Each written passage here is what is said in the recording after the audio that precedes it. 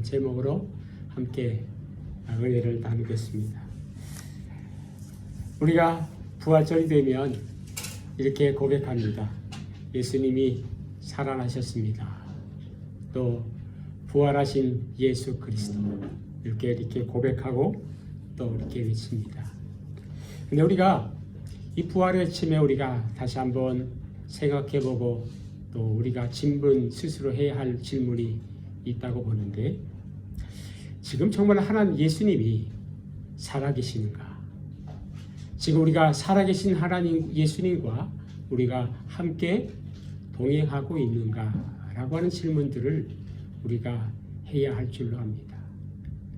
많은 분들이 예수님이 부활하셨다라고 외치고 고백하고 믿지만, 사실 우리가 살아가는 삶 속에서 정말 살아계신 예수님과 우리가 함께하고 있는가? 예수님이 정말 살아계심이 우리 삶 속에, 내 마음 속에 나타나고 있는가? 이에 대한 부분들을 함께 생각해 보기를 원합니다. 부활은 여러분 단순한 과거의 사건이 아닙니다. 부활은 지금도 살아계시고 지금도 역사하시고 지금도 하늘 보좌의 우편에 앉아 계실 뿐만 아니라 우리 심정 가운데에 내주하셔서 함께 하시는 예수님이시라고 성경 우리가 분명히 말씀해 주고 있는데, 내가 살아가는 삶 속에서 정말 살아계신 하나님과 내가 함께하고 있는가라고 하는 부분들은 우리 함께 질문해보고 점검해 보아야 할 부분이 아닌가 생각합니다. 많은 부분들이 예수님이 살아계십니다, 부활하셨습니다라고 믿지만 여전히 내 삶 속에서 내가 혼자 외톨이로 신앙생활하고 있지는 않는가? 많은 분들이 여러분 이렇게 얘기합니다. 목사님, 제 신앙생활하기도 버겁고 힘듭니다. 왜 그럴까요? 그 이유는 부활의 과거에 일어난 사건으로 또 지식으로만 우리가 알고 있을 뿐, 그분이 살아계셔서 나와 함께 하고 있다라고 하는 그 경험, 그 생각은 우리가 하고 있지 못하기 때문이 아닐까요? 오늘 여러분은 부활하신 예수님께서 어떻게 우리와 동행하시고 우리와 함께 하시는지를 우리에게 분명하게 말씀해 주시는 그런 말씀입니다. 오늘 엠마오로 가는 두 제자가 낙심해서 지금 낙향하고 있습니다. 길을 떠나고 있습니다.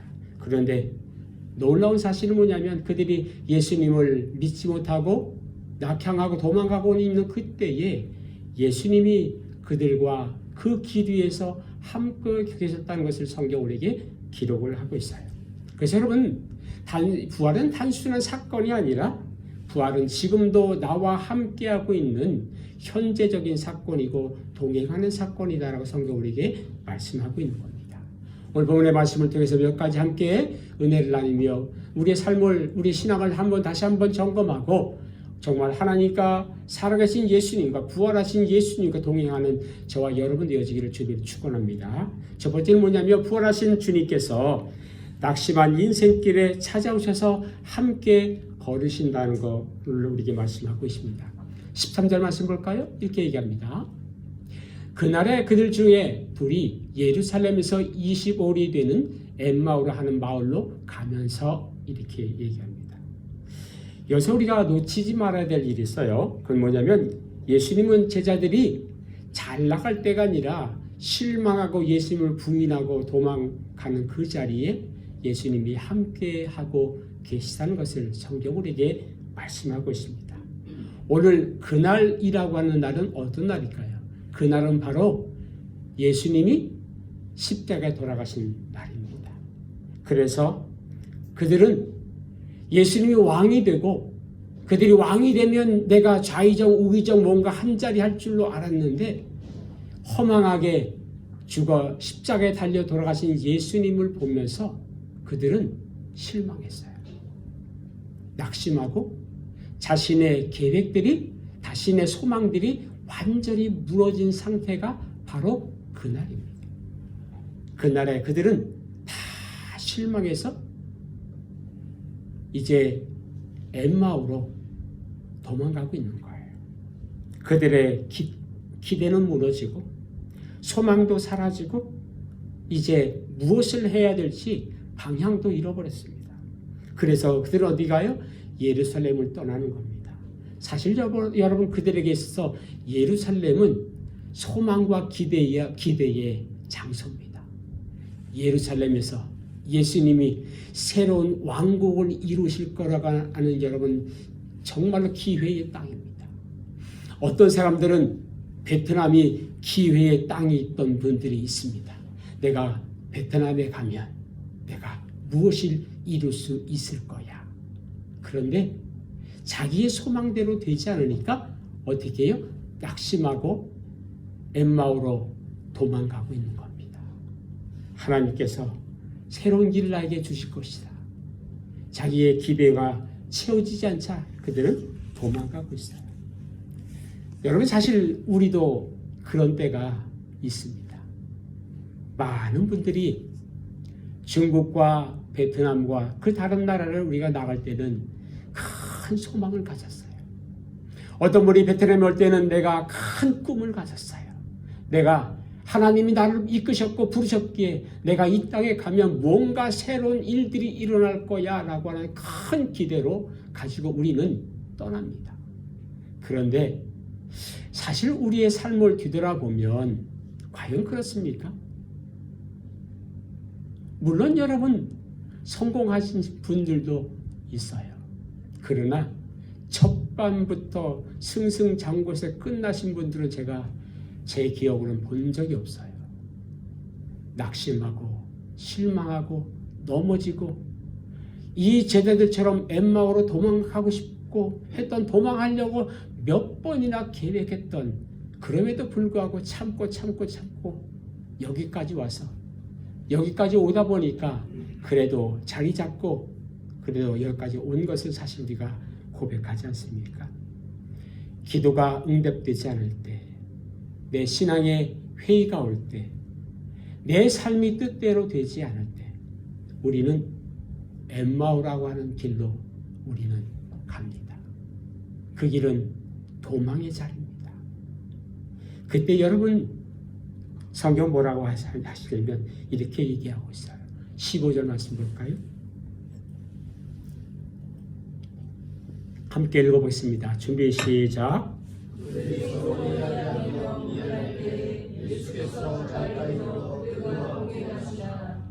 여러분 그때에 예수님 뭐라고 계세요? 가까이 계셨다. 그리고 동행했다. 이렇게 얘기합니다. 여기서 여러분 우리가 예수님의 성품에 대해서 우리가 생각해 볼 것은 뭐냐면 예수님 막 따라와가지고 너희들 이렇게 책망하지 않았다는 거예요. 내가 그렇게 얘기했는데 내가 사흘 만에 내가 부활할 거라 그렇게 얘기했는데 그것도 못 믿어가지고 그새는 도망치고 있니라. 예수님이 책망하거나 그렇지 않았다는 거예요.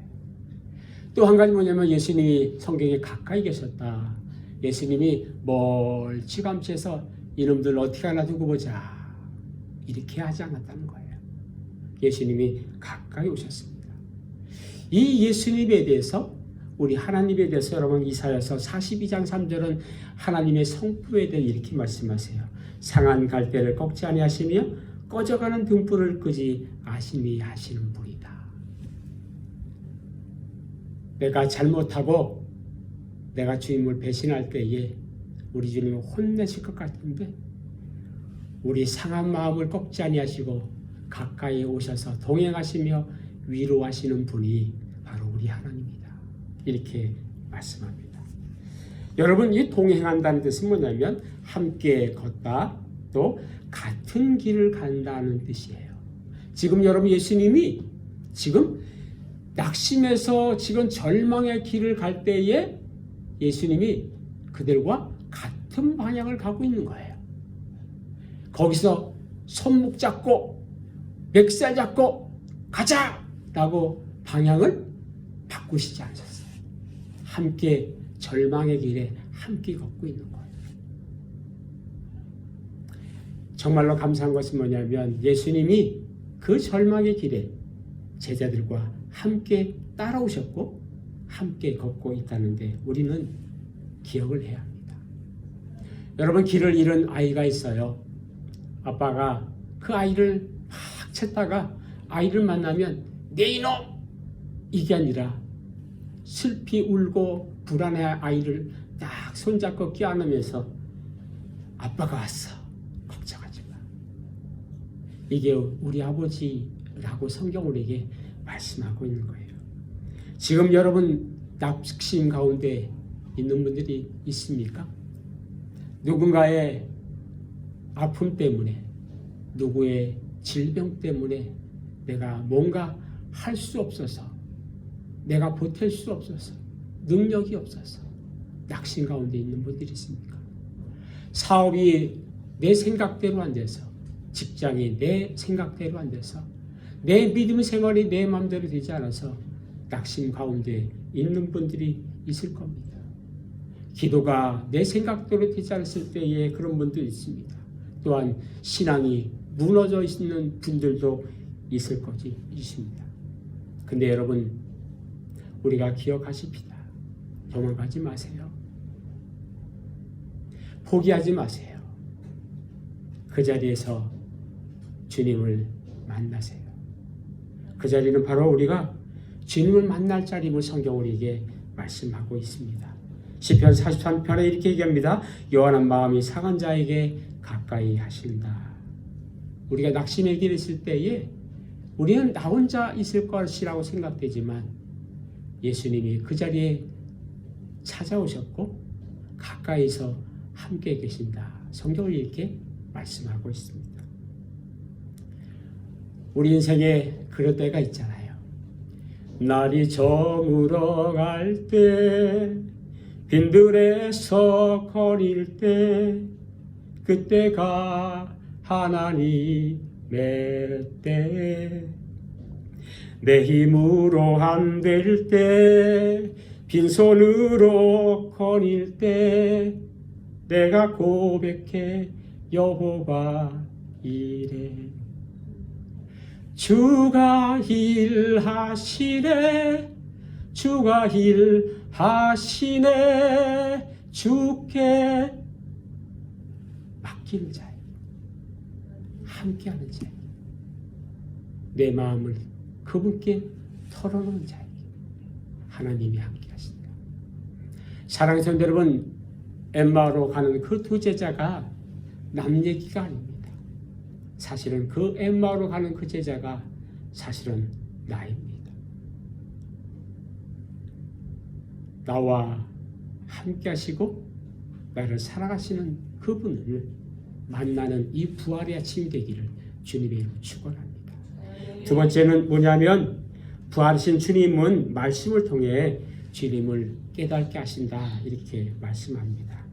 16절 말씀 볼까요? 이렇게 말합니다. 함께 읽어보겠습니다. 준비 시작.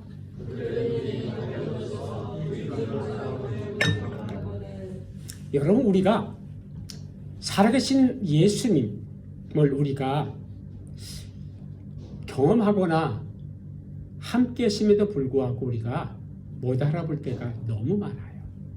오늘 예수님 보니까 제자들 보니까 왜 못 알아봤냐면 그들의 눈이 가리워졌다 이렇게 말씀합니다. 이 가리워졌다라고 하는 의미는 뭐냐면 붙잡혀 있다, 막혀 있다, 억제되어 있다. 그들이 여러분 못 본 것이 아니라 뭔가 가려져 있기 때문에 볼 수가 없었다 이렇게 말하는 거예요. 왜 여러분 제자들이 예수님이 함께 계시고 그 길에 함께 동행했음에도 불구하고 그들이 왜 예수님이 함께 계심을 그들이 몰랐을까요? 여러분 몇 가지 우리가 생각해 볼 것이 있는데 첫 번째는 뭐냐면 자신들의 기대와 달라서 그들이 눈을 가렸다 이렇게 말하는 거예요. 21절 말씀 볼까요? 이렇게 얘기합니다. 우리는 이 사람이 이스라엘을 속량할 자라 바랐노라. 이뿐 아니라 이 일이 일어날 자가 사흘째요. 이렇게 이들의 뭐냐면 우리는 이럴 줄 알았다 이게요. 그들의 문제는 뭐냐면 그들은 정치적인 메시아를 생각했고 십자가 없는 구원을 생각했고 고난 없는 영광을 생각했어요. 그런데 예수님은 끊임없이 살아가실 때에 십자가의 고난과 그리고 그 고난의 문제를 끊임없이 얘기했음에도 불구하고 이들은 그것에는 관심이 없고 헌신과 희생에는 관심이 없고 오직 영광에만 관심이 있었어요. 그러다 보니까 내가 믿는 예수, 내가 알고 있는 예수님은 이런 분이야 라고 자기의 생각 때문에 자기의 생각대로 생각했기 때문에 예수님에 대해서 바로 이해할 수가 없었다는 거예요. 그것이 그들의 눈을 막았다는 거예요. 두 번째는 뭐냐면 17절 말씀 보면 이렇게 말씀합니다. 그들의 슬픈 빛을 띠고 머물러 서 있더라. 왜냐하면 너무 마음이 낙심되고 너무 슬퍼서 거기에 푹 잠겨 있다 보면 다른 사람들의 이야기를 잘 듣지 않습니다. 마음을 꽉 닫아버려서 예수님의 그 말씀을 기억하지 못한 겁니다. 그래서 여러분 우리가 성경에 있는 내용은 어찌하여 낙심하며 낭망하는가. 내 마음이 낙심되고 낭망하면 다른 사람들의 이야기가 그 말씀이 기억이 나질 않아요. 그래서 그것이 낙심과 낭망이 예수님의 그 제자들의 눈을 막았다라고 성경 우리에게 말씀하고 있어요. 감정이 깊어지면 진리를 왜곡하게 되고 따라서 이 눈이 있어도 하나님의 말씀을 볼 수 없는 영적인 가림이 나게 된다라고 우리에게 말씀하고 있는 것입니다. 세 번째는 여러분 뭐냐면 우리 영적인 깨달음이 사실 우리가 지혜롭거나 내가 깨달아서가 아니라 하나님의 은혜인 줄로 여러분 믿으시기를 바랍니다. 여러분 예수님의 제자들 예수님께서 예수님의 제자들에게 그냥 눈을 확 열어서 능력을 확 열어서 예수님을 보게 하실 수도 있었어요. 그런데 예수님은 왜 그렇게 하지 않았을까요? 그 이유는 말씀을 통해서 깨닫게 하기를 원하셨습니다. 예수님이 부활하셔서 승천하시고 또 저와 여러분 예수님이 승천하신 그 이후에 수많은 예수님의 제자들에게 예수님을 알리고 보여줄 수 있는 단 한 가지 방법은 예수님의 모습을 계속적으로 직접적으로 보여주는 방법이 아니라 말씀을 통해서 깨닫게 해야 하기 때문에 제자들에게 말씀을 생각나게 하셨던 것을 성경 우리에게 말씀합니다. 그래서 여러분 로마서는 뭐라고 하냐면 믿음은 무엇으로? 봄으로? 아니에요. 믿음은 들음으로 난다. 그리고 들음은 그리스도의 말씀으로 말미암는다 라고 성경 우리가 말씀하면서 우리가 믿음이 생기는 것은 봄이 아니라 경험이 아니라 성경은 끊임없이 말씀을 통해서 말씀을 들음으로 특별히 예수님의 말씀을 들음으로 우리의 믿음이 성장하고 깨닫게 되고 믿음이 자라난다. 우리에게 예수님의 말씀을 통해서 예수님이 볼 수 있다라고 성경 우리 끊임없이 우리에게 말씀하고 있는 것입니다. 그래서 여러분 신앙은 많은 사람들의 체험을 얘기하지만 신앙은 체험 이전에 무엇이다? 말씀이다. 이것이 우리에게 말씀하고 있는 거예요. 그래서 여러분 예수님이 어떻게 합니까? 27절 말씀 보겠습니다. 이렇게 얘기합니다. 27절 말씀 함께 읽겠습니다. 준비 시작.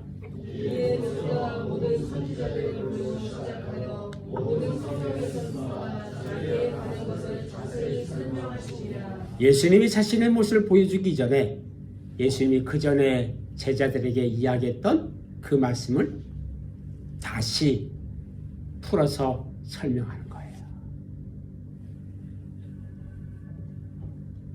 문제를 먼저 해결하기보다 환경을 주님이 바꿔주시기보다 예수님은 먼저 말씀으로 우리에게 깨닫게 하신 줄로 믿습니다. 그때 여러분 32절에 이렇게 얘기해요. 그들이 서로 말하되 길에서 우리에게 말씀하시고 우리에게 성경을 풀어주실 때에 우리 속에서 마음이 뜨겁지 아니하더냐. 여러분 말씀을 알고 말씀을 깨닫게 되니까 어떻게 돼요? 예수님의 그 두 제자가 마음이 뜨거워졌대요.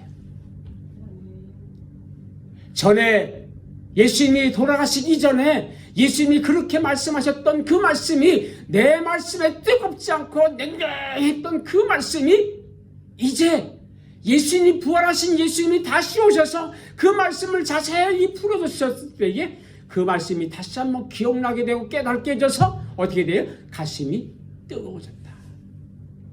많은 분들이 체험을 통해서 가슴이 뜨거워지기를 생각하지만 사실은 우리 가슴이 믿음이 생기고 뜨거워지게 하는 것은 경험이 아니라 뭐예요? 그 이전에 말씀이라는 거예요. 히브리서는 특별히 우리에게 뭐라 말씀하냐면 하나님의 말씀은 살아있다. 믿으십니까? 우리 예수님이 살아계신 것처럼 우리 하나님의 말씀이 살아있는 줄로 믿으시기 바랍니다. 여러분, 그 살아있는 말씀을 내가 살아있는 말씀으로 받아들이면 그 말씀이 내 삶 속에서 내 가슴에서 살아 역사인 줄로 믿으시길 바랍니다. 그 말씀이 살아있기 때문에 죽었던 내 심령을 살리고 내가 굶주려서 내가 피폐해졌는 내 영혼 가운데에 살아있는 그 말씀이 나의 생명의 양식이 되어서 나를 살아나게 하는 것 다른 게 아니라 말씀이다. 성경은 내게 말씀을 이야기하는 거예요. 어떤 성도님이 목사님께 찾아와서 얘기합니다. 목사님, 요즘에 참말 하나님이 안 느껴져요. 은혜가 느껴지질 않아요. 목사님이 묻습니다. 말씀을 읽고 계십니까?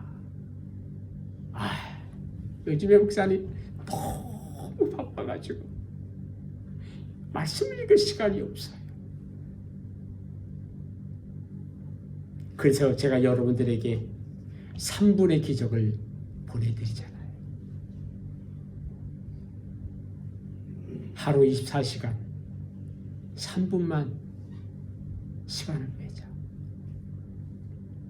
굳이 시간을 빼려 하지 말고 여러분이 출근하고 차 타고 가는 시간에 어딘가 이동한 시간에 그 시간에 3분이면 은혜가 더하면 5분이면 그것도 족하다. 여러분, 그 3분만 하나님께 드릴 수 있다면 내 삶이, 내 신앙이 흔들어지진 않습니다. 한 구절이라도 그 말씀을 내게 주시면 그 말씀을 붙들고 하루를 사십시오. 말씀을 통해 주님을 그 말씀에 들으십시오. 감정이 아니라 우리 말씀에 내 신앙에 뿌리를 두고 기본을 들 때에 내가 영적으로 살아날 줄로 믿으시기를 바랍니다. 여러분, 예수님을 보게 해서 믿는 게 아니라 말씀을 통해서 우리에게 믿음을 주시고 우리의 가슴을 뜨겁게 하시는 줄로 믿으시기를 바랍니다. 세 번째는 뭐냐면 부활하신 예수님께서 떡을 떼실 때의 주님을 경험하게 하셨습니다. 30절 말씀 볼까요? 이렇게 말씀합니다.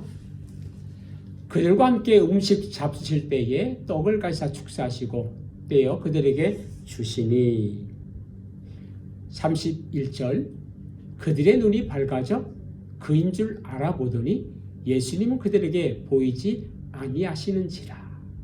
여러분, 그들이 떡을 떼어 먹을 때에 눈이 밝아졌다. 성경은 이렇게 말씀합니다.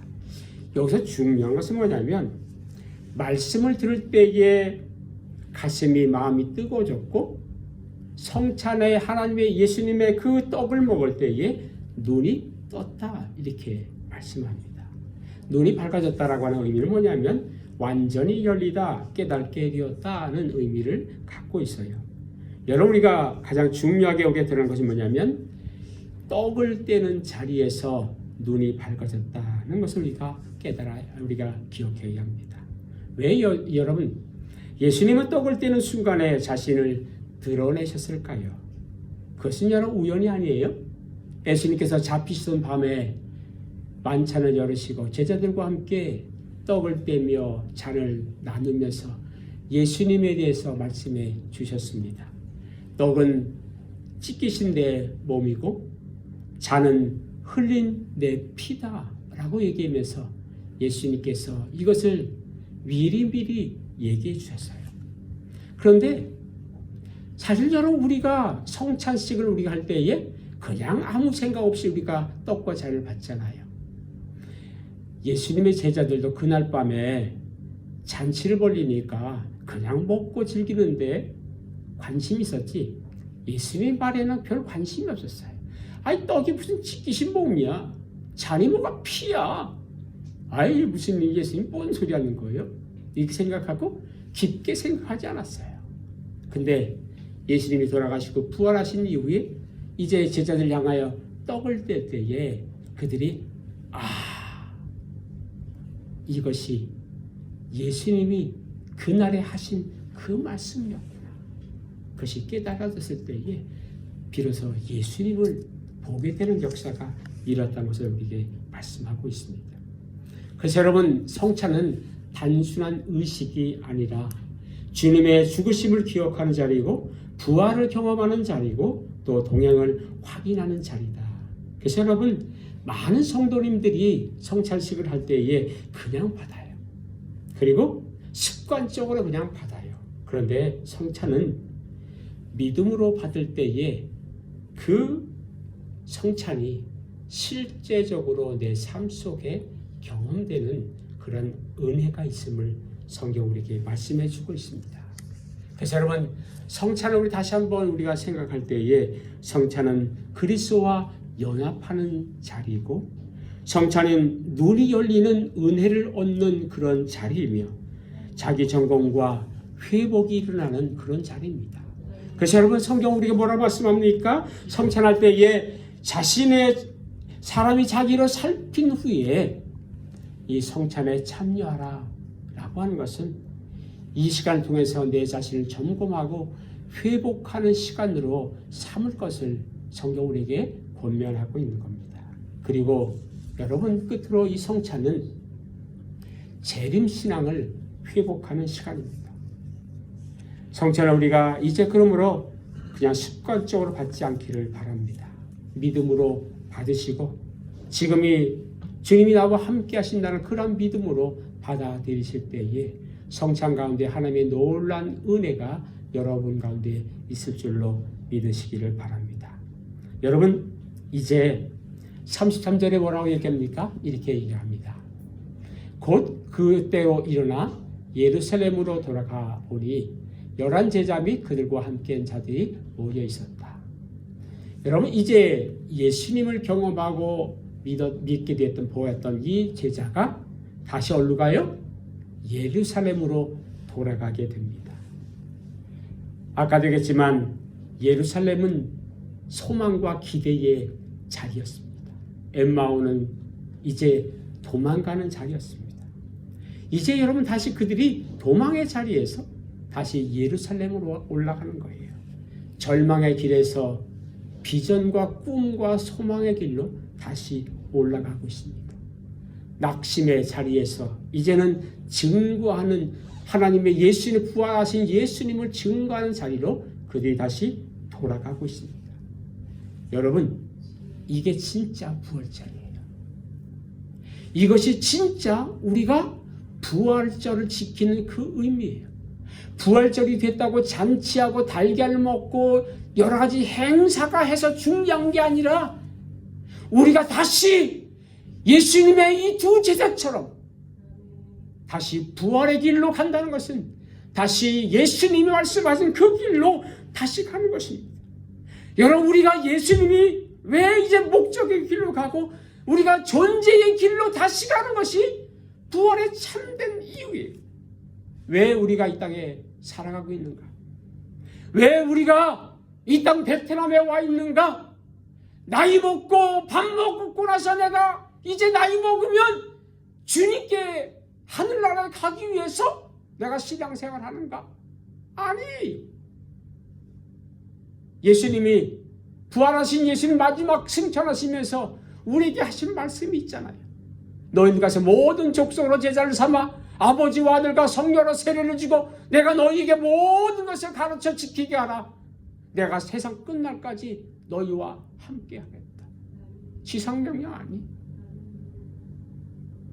사도 바울은 고린도서 1장 24절에 이렇게 말씀합니다. 나는 이제 너희를 위하여 받은 괴로움을 기뻐하고 그리스도의 남은 고난을 그의 몸된 교회를 위하여 육체에 채우노라. 사도 바울은 왜 내게 남은 고난이 있다, 그리스도의 남은 고난이 있다라고 얘기했을까요? 십자가는 완벽한 거잖아요. 예수님 십자가에서 다 이루었다라고 얘기했는데 그 십자가 사건은 더할 것도 뺄 것 없는 완전한 사건이에요. 근데 사도 바울이 왜 남은 고난이 있다라고 얘기할까요? 이 고난은 복음 전파의 고난이에요. 사명의 십자가예요. 왜 고난일까요? 여러분, 여기서 왜 그리스도의 남은 고난이라고 얘기할까요? 왜냐하면 우리가 받은 구원은 공짜로 받았어요.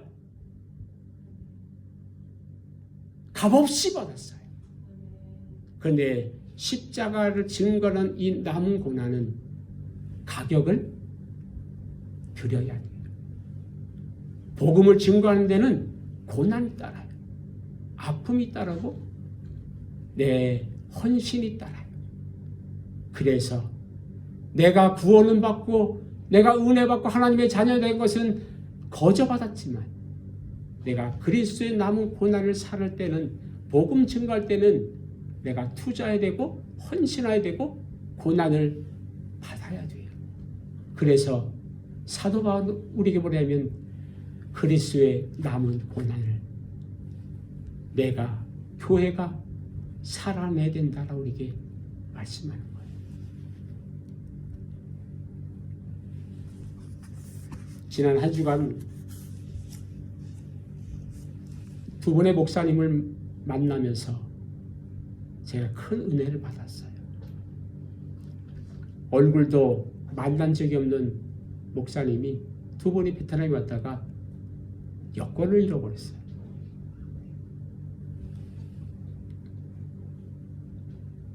어떤 분은 왜 굳이 내가 도와줘야 하는가? 내가 도와주지 않아도 누가 비난한 사람들이 없어요. 호지민에 나가서 제 돈 데려가며 차 타고 그분들이 너무 낙심해서 밥을 못 드시길래 밥도 사드리고 제 돈 써가면서 섬겼어요.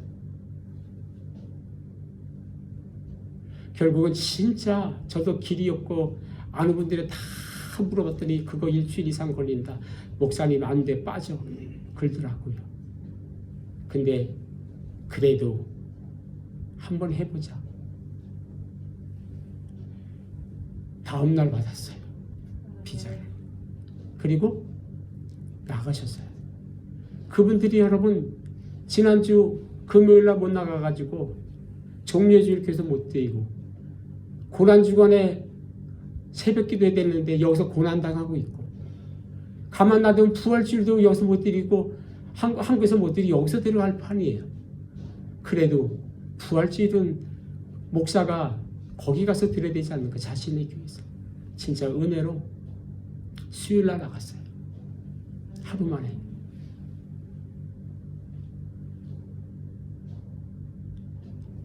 고난주간에 내가 주님이 돌아가셨다, 십자가에 돌아가셨다 슬퍼하고 애쓰며 금식하며 기도하는 것보다 내 시간을 드리고 손해보더라도 누군가를 돕는 게 더 귀하다.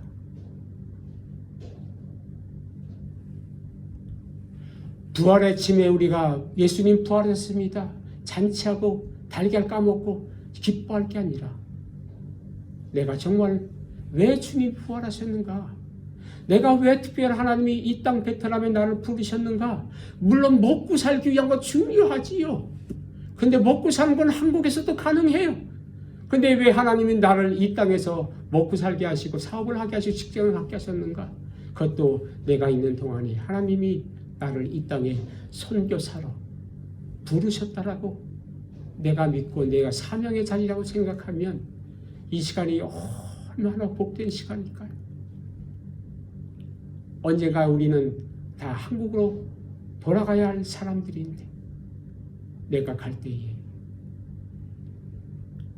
그리스도의 그날에 주님께 자랑할 것이 있어서 그것을 위해 살아가는 것이 우리 정말 부활주일에 우리가 기억해야 될 것 아니겠습니까? 우리가 다시 한번 이 부활의 아침에 낙심의 길에서 주님과 함께 걷기를 소망합니다. 그리고 말씀 속에서 주님을 만나기를 원합니다. 떡을 떼는 자리에서 주님을 경험하기를 원합니다. 이 시간 여러분 우리가 함께 찬양했으면 좋겠어요. 살아계신 주님은 지금도 우리와 함께 걸으시고 엠마의 제자들처럼 우리는 이제 다시 주님께로 나아가기를 원합니다. 이 시간 우리 삶을 주님께 드리며 함께 고백했으면 좋겠어요.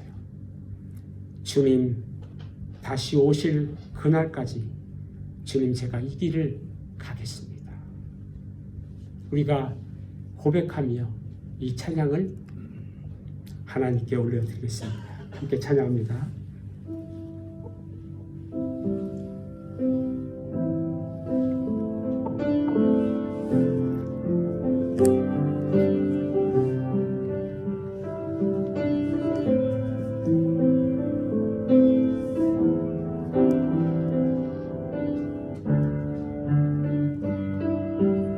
주님 다시 오실 때까지 주님 다시 오실 때까지 나는 이 길을 가리라.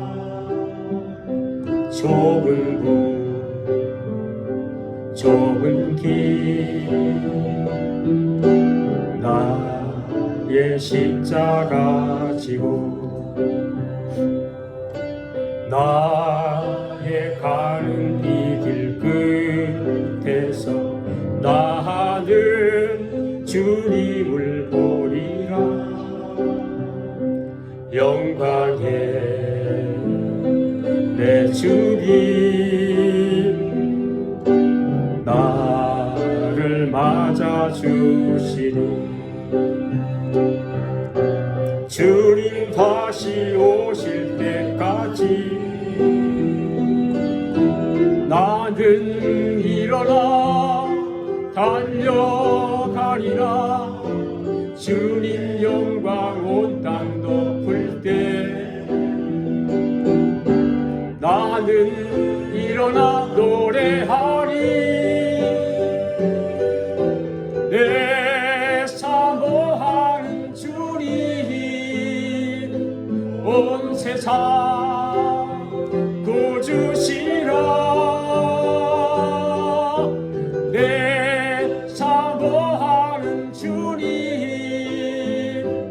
영광의 왕이시라. 내 사모하는 주님 온 세상 구주시라. 내 사모하는 주님 영광의 왕이시라. 우리 함께 기도하기 원합니다. 하나님, 이 부활의 아침에 예수님 부활하셨습니다. 우리 말만이 아니라 우리 삶 속으로 이 부활하신 예수님을 증거하는 그리스도의 남은 고난을 우리 삶 속에 채우고 하나님이 주신 그 사명의 길을 걷기로 우리가 다짐합니다. 우리 다시 한번 우리가 조용히 1분간만 함께 기도하겠습니다. 기도합니다. 하나님 아버지 은혜를 감사합니다.